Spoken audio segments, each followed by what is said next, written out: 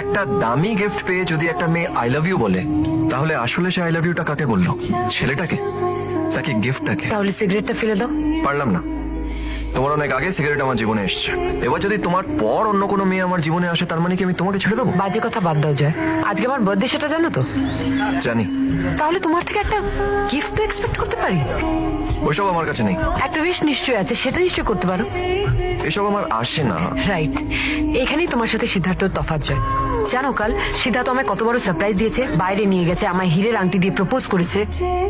আমি সারা জীবন তোমার সাথে থাকতে চাই জয়, কিন্তু সেই সম্পর্কটাকে ভালো রাখার দায়িত্ব যেমন আমার, তেমনি তোমারও। ও জোনাকির জন্মদিন একটা বিরাট সারপ্রাইজ দিয়েছে, একটা ডায়মন্ড রিং দিয়ে ওকে প্রপোজ করেছে।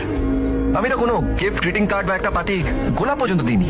একটা দামি গিফট পেয়ে যদি একটা মেয়ে আই লাভ ইউ বলে, তাহলে আসলে সে আই লাভ ইউটা কাকে বললো? ছেলেটাকে নাকি গিফটটাকে? আমি গিফটটাকে বড় করে দেখি না স্যার, মানুষ